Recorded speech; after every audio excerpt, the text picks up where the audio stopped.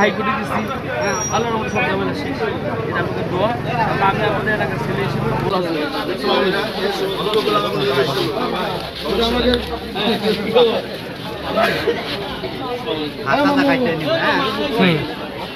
বলে দিই সবাই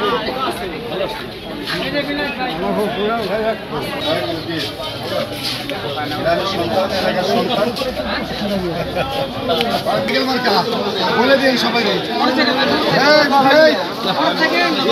ভোট দিন মোটরসাইকেল। হ্যাঁ, এই যে আমার বড় মামার জানে মামা।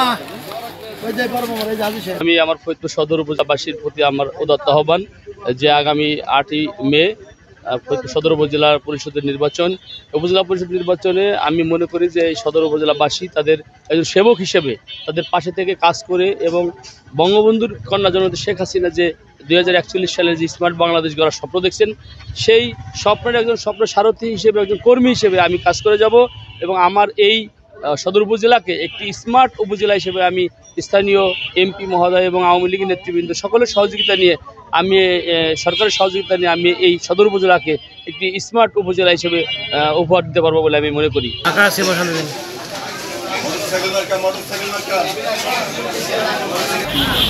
না না